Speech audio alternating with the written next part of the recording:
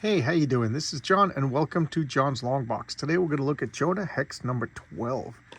Okay, this is a comic that I've always kind of liked Jonah Hex, but I never got the comics. I've been buying these just, a couple of issues at a time, read them at my leisure. That's how I get back issues. I buy them in order, one or two or three at a time, because I don't want to buy full runs, then I don't remember them. But here you go. This is number 12. This was, well, obviously excellent. I'm doing a showcase on it. Just look at this cover. This is something you don't see anymore.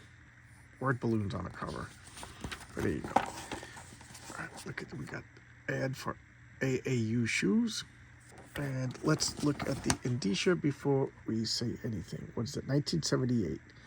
And here is the credit. Script by Michael Fleischer. Art by Vincente Alzacar.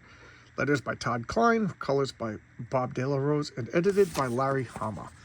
So, again, I didn't get Western comics as a kid. Westerns to me were things you watched on TV. I enjoyed Westerns. Me and my dad used to watch Westerns. But, TVs and movies to me were the best medium for Westerns. They could do it believably on the TV. You didn't need that many special effects, laser beams, and people flying or anything like that. So you could just do it on a regular TV. Superheroes, back then you couldn't do it on TVs and movies. So comic books were the best medium for superheroes. So when I wanted comic books, I wanted superheroes. When I wanted Westerns, I went to TVs and movies. Does that make sense? But here we go. This is a splash page, one panel. Usually it's the first page, but it doesn't always have to be. Just look at this old school coloring. I love that. So we got Jonah Hex, and he's paddle boating through the Louisiana Bayou. Why? Because he's looking for his missing friend Gator, who was never mentioned before. He wasn't in Louisiana before, but that's just, it doesn't matter. He's a wanderer. He's like Gru the Wanderer. And of course, he gets attacked by an alligator, and he's reminiscent about his father. His father was a piece of crap who sold Jonah Hex to Indians as a slave for booze. And then when he, came back, the father was like, I got rid of you. I didn't want to have anything to do with you. And he's reminiscing about his father. Now listen to this. This is 1978 DC Comics.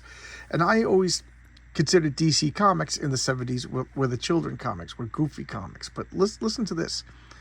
He's talking about his dad. He says, that drunken reprobate. Most dangerous things he ever fought were a bottle of corn whiskey and a 92-year-old Cheyenne squaw who didn't want to take her clothes off. that ain't for little kids. That ain't for little kids. And there you go. I'm just moving that out of the way. It's distracting me. So he's fighting the alligator. He stabs the alligator, comes up, and he's all weak. His lungs are bursting. He's gasping for air. And these two old swamp fellas, they find him. So this is the father, this is his son.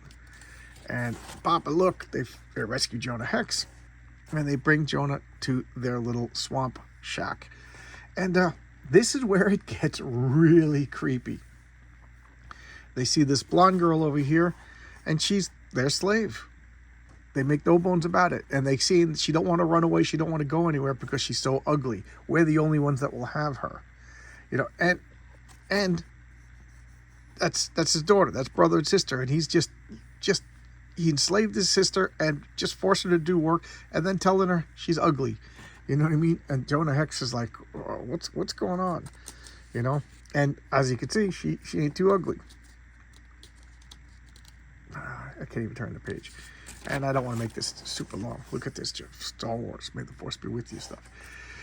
So Jonah's like, what are you, crazy? She ain't ugly. Like, well, look at it. So they beat him up. Oh, you mind your own business. And they throw him in like a potato dungeon. They can't even stand up. It's like an oubliette. And he finds his friend Gator. He's been there for months, just trapped.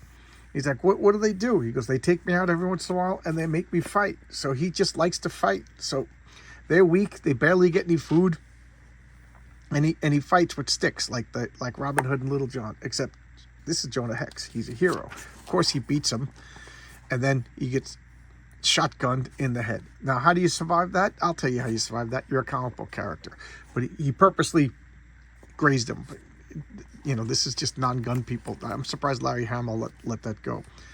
And, the daughter goes and takes care of her, and then Wonder Woman outruns the avalanche and then saves everybody and then gives them Twinkies because she is a good person. So now she's getting a little too concerned with Jonah Hex's health, so they beat her up and they throw her into jail.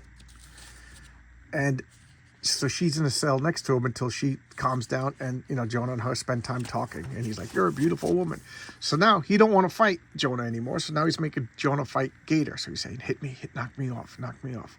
He's like, I can't do that. So they fake it. Jonah falls into the water, and what's he do? He starts riding a log to escape. He's like, jump, and we'll get. So he jumps with them, and of course the old man, who hasn't had a proper meal in months, falls, knocks himself unconscious, doesn't know if he's dead or not. So Jonah has been shotgunned, he's been bitten by an alligator, and he's been starved. So he's just trying to get out of there. He's actually panicking a little bit. Waterfalls, they climb out. Just look at this artwork. It's so moody, and I don't know. This scares me. I always said that I get afraid of things that can happen, and crazy, hillbillies can happen. And just imagine crazy hillbillies just right after the Civil War. You know what I mean? I'm sure that stereotype arose for a reason. Just like there could be crazy, whatever, city dwellers like that H.H. Holmes. So whatever. Craziness isn't locked into just one area. So they catch him, they beat him up, and they throw them back into the jail. And the sister comes out and she's like, "I'll let you out. Will you marry me?" And Jonah's panicking. He's like, "Marry? Of course I'll marry you. Just open up the padlock." He's like, "Now, are you just marrying me because you want to escape, or do you marry me because you love me?" She's like, I love you. I love you. You're beautiful. You're wonderful." So now she opens it up, and they shotgun his own daughter. Boom. That scares me. That's just the wanton disregard for not only human life, but your own family. So now he goes to shoot Jonah, hits him with the door, so the double barrel shotgun is empty, and he beats up the old man. Comes in, beats up the son, who's like just a mountain.